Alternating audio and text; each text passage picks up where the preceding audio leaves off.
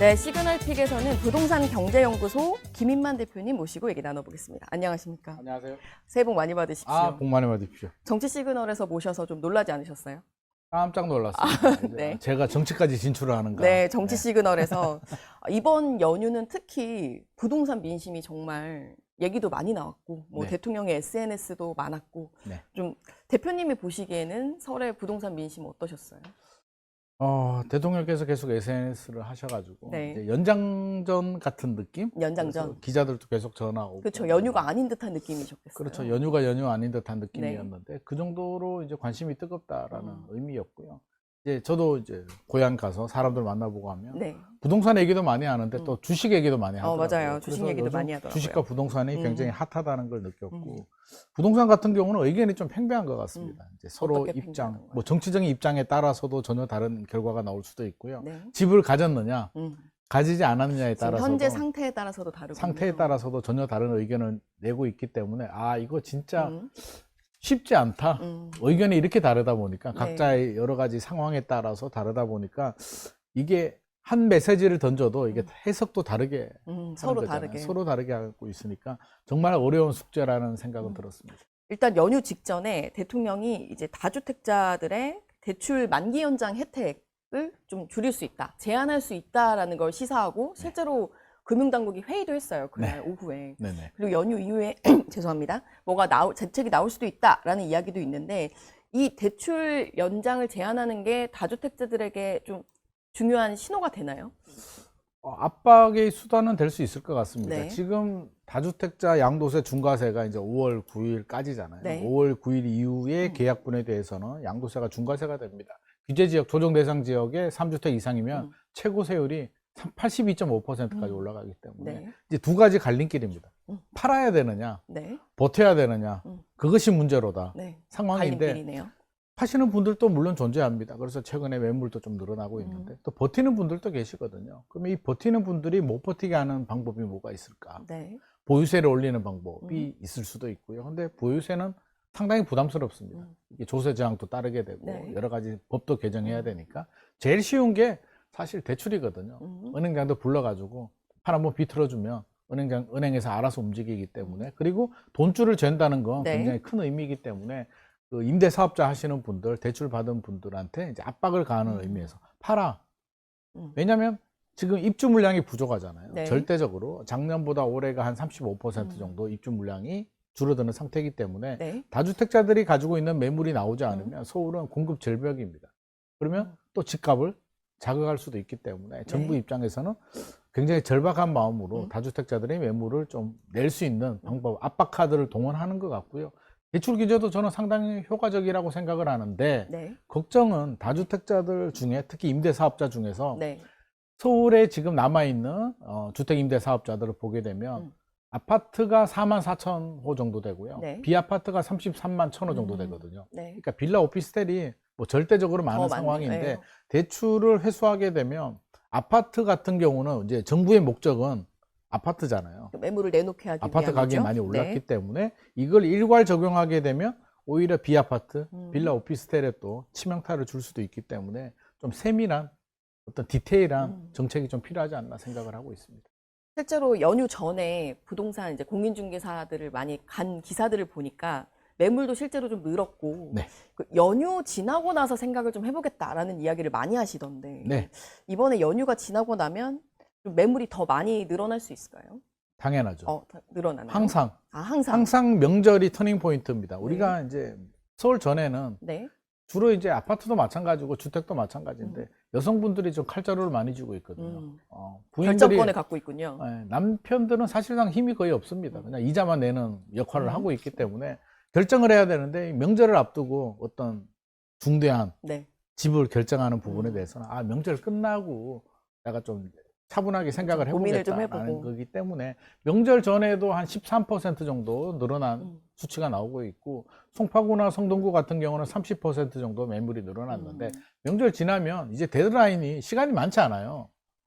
두 달 반 정도 남았나요? 지금 5월 이게 5월 9일이라고 9일 하면 하면? 되게 많이 남은 것 같죠. 네.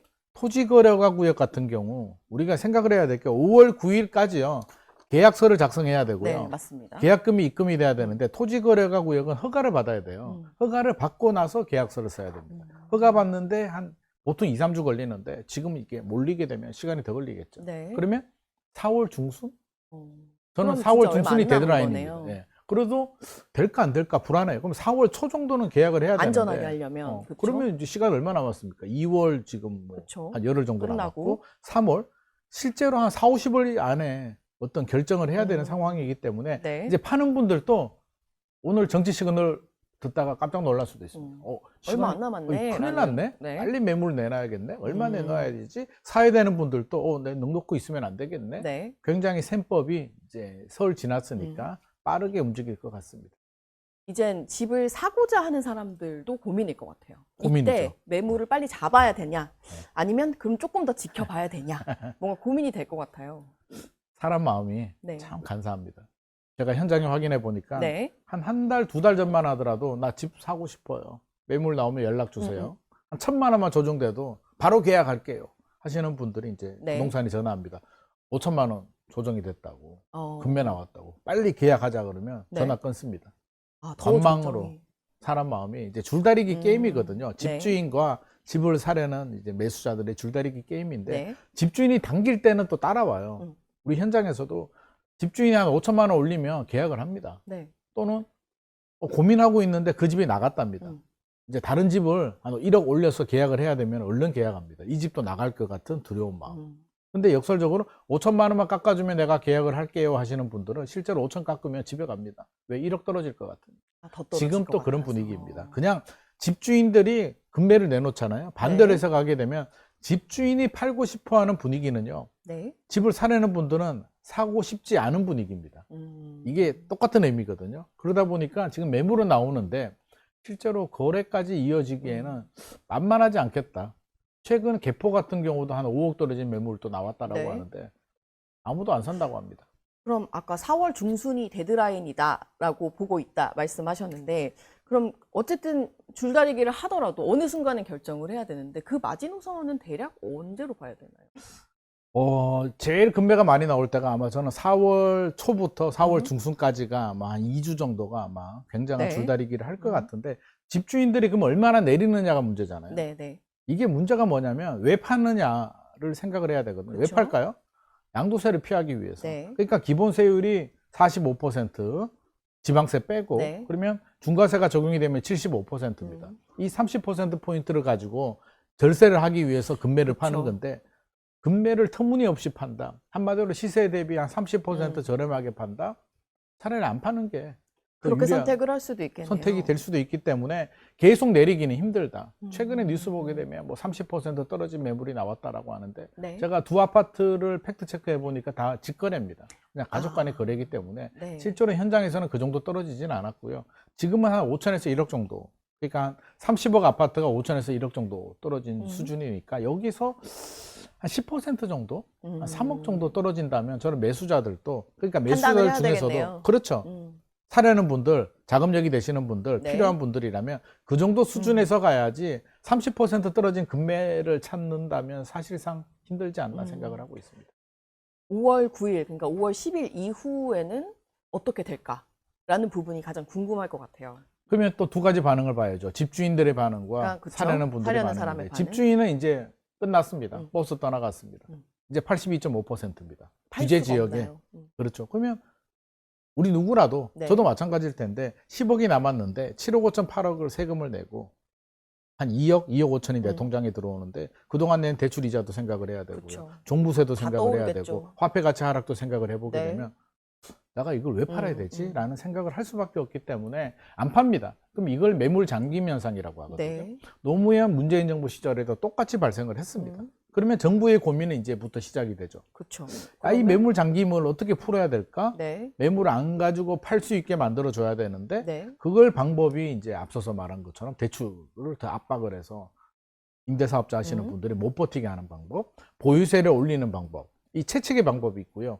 제가 주장하는 건 당근을 좀 주자. 어떤 당근을 줄 수 있나요? 예를 들어서 앞으로 서울은 집이 부족해. 우리 다 인정하고 있잖아요. 네. 공급이 부족해라고 하면 지금부터 집 하나만 사. 거주하는 집 하나만 사고 여러 채 가지는 건 안 돼라고 해서 신규로 구입하시는 분들에 대해서는 저는 허들을 높이는 거는 바람직하다고 생각을 하고요. 그럼 기존에 네. 5년, 10년, 15년 전에 사신 분들이 뭐 정부의 정책에 따라서 세금을 내고 샀기 때문에 네. 이분들에 대한 출구는 좀 만들어주자. 출구를. 그러면 예를 들어서 뭐 KB 시세 대비 10% 저렴하게 팔면 양도세 기본세율 45%에서 10%포인트 더 깎아줄게. 서울 집을 팔고 지방에 가서 10년 이상 살면 양도세 면제해줄게. 뭐 그 당근을 같이 제시해야 된다. 합리적인 당근. 그냥 깎아주게 되면 또 부자 감세 논란이 있잖아요. 네. 제가 예를 들어서 무주택인데 내 친구가 10억을 벌었는데 정부가 세금 깎아준다면 저 기분 나쁠 네, 것 같거든요. 네. 그렇죠. 그래서 이분들의 마음도 헤아려 주려면 합리적인 정책이 좀 필요하지 않나. 그래서 이제 급한 불은 껐잖아요. 어떻게 보면 이번에 대통령께서 SNS를 안 했으면 네. 저는 설 지나고 오히려 집값이 올랐다고 생각하거든요. 유동성도 많이 풀렸고 공급 대책도 알맹이가 없기 때문에 네. 올라가는데 일단 흔들어 가지고 일단 안정이 됐잖아요. 일시적으로. 그렇다면 이제는 다음 단계 다음 단계. 구조적인 문제, 매물 잠김이 안 생기면서 매물이 합리적으로 나올 수 있는 방법을 좀 강구해야 될 때가 아닌가 생각을 하고 있습니다. 실제로 매물 잠김이 있으면 뭐 전세나 월세 같은 것들이 좀 폭등할 수도 있는 거 아닌가요? 전세 월세는 계속 문제가 될 겁니다. 왜냐하면 이제 문제 없다라고 말씀하시는 분들도 있는데 네. 상식적으로 생각을 해봐도 임대 사업자만 보더라도 또 최근에 그 정부가 예외로 풀어준 게 5월 9일까지 전세 준 집들에 대해서는 그렇죠. 2년 유예를 해줬잖아요. 네. 자, 작년에 1월 1일에 전세 계약하신 분이라고 있다라고 생각을 예를 해보게 들어서. 되면 그분은 마음속에 2+2 4년을 생각할 네. 거잖아요. 그러면 그렇겠죠. 2025년에 계약을 했으면 2029년 1월에 난 나가도 되겠다라고 네. 생각하는데 그 집이 5월 9일 전에 계약이 됩니다. 그럼 2년 주잖아요. 그렇죠. 그럼 2027년 2년. 내년 1월 되면 나가야 됩니다. 네. 세입자 주거 안정이 당연히 불안해지잖아요. 그러면 지금 세입자들이 다 불안할 겁니다. 우리 주인이 다주택자인데 혹시 5월 9일 전에 파는 거 아니야? 이미 주거 불안은 시작이 됐고요. 뭐 대출 규제도 그렇고 여러 가지 규제들이 많이 들어오고 있는 상황이기 때문에 또 임대사업자 제도도 손댄다고 하니까 임대사업자가 사실은 집주인이 임대사업자잖아요. 네. 그 집은 쟁탈전이 벌어집니다. 현장에서는. 왜? 전세금이 거의 뭐 5년 전, 10년 전 가격으로 나오거든요. 그렇죠. 그래서 그럴 서로 테니까.